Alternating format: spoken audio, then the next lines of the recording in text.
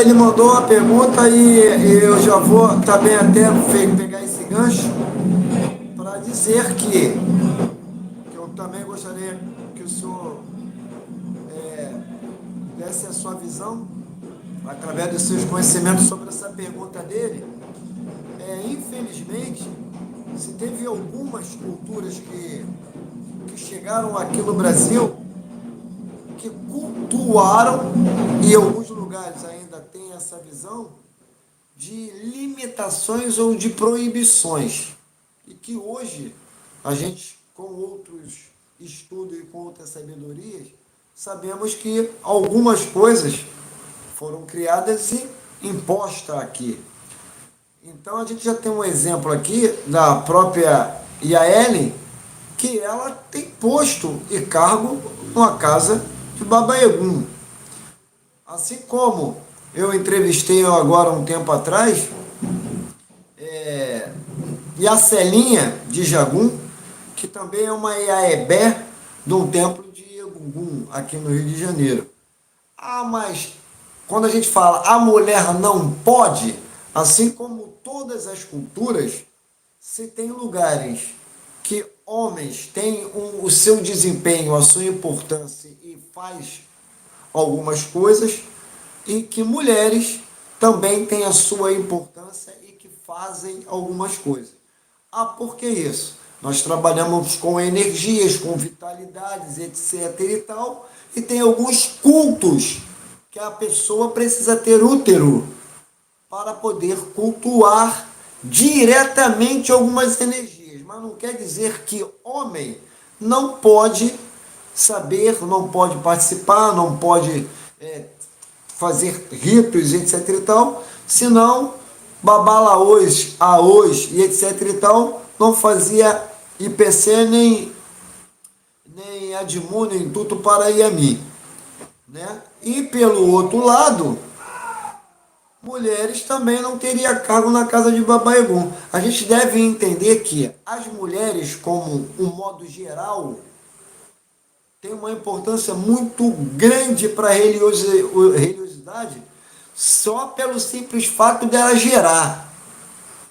Então nós temos um grande elemento na nossa ritualística, que é a água, e uma outra importância que é a vida. Água, vida, vida não vive sem água. E a mulher, ela tem uma importância, como um tudo. Porém, a gente tem que ter uma reflexão e uma coerência em saber até aonde eu posso ir. Até onde eu posso ir. Apesar que ainda se tem pessoas do próprio candomblé que botam isso como uma verdade absoluta, que mulheres não podem participar, que infelizmente eu hoje posso falar com uma coerência bem explícita, por não só conhecer a pessoa, mas também de ter visibilidade nos seus ritos, da importância delas no culto de Egungum e também na importância de alguns homens no culto de Iami. Então, para mim, isso aí que não pode é balela. O que o senhor acha, pai?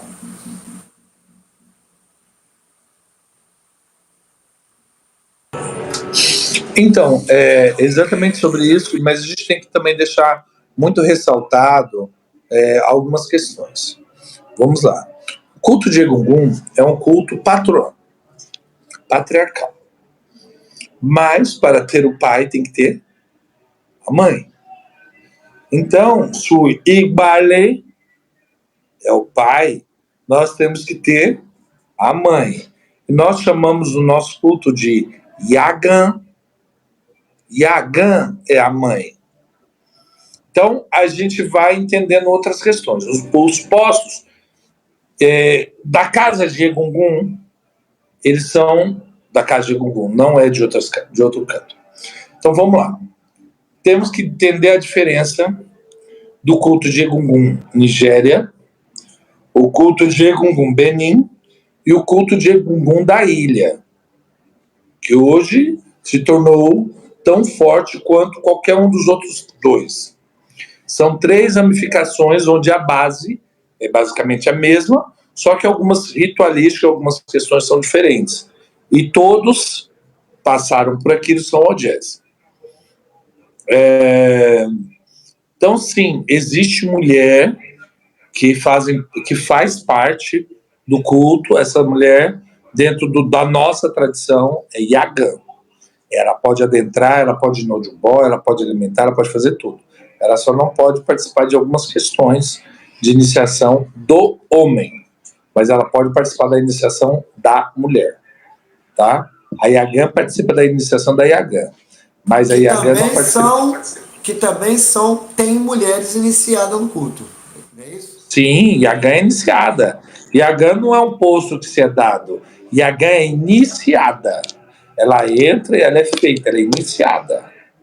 Yagã não é um posto de ai, meu amor, achei você bonitinho, vou te dar um posto. Não, não existe isso. É iniciação. Tá? Então, assim, isso eu estou falando de acordo com aquilo que eu conheço. Não estou falando como uma verdade absoluta, pelo amor de Deus. Como eu disse, existe 3 tipos de culto: Nigéria, Benin e da ilha, que é aqui no Brasil, em Salvador. Eu estou respondendo de acordo com Benin, de acordo com aquele que eu sou iniciado. Eu fui iniciado de Egungun pelo Benin, né? Junto com o Bale Carlos e o Bale Obey, tá? Então, é isso. Agora, quanto poder ou não poder participar? Pode, desde o momento que passa pelas ritualísticas. E não é qualquer mulher. A mulher, para adentrar a iniciação, ela tem que ter cortado, parado, não ter mais o ciclo menstrual.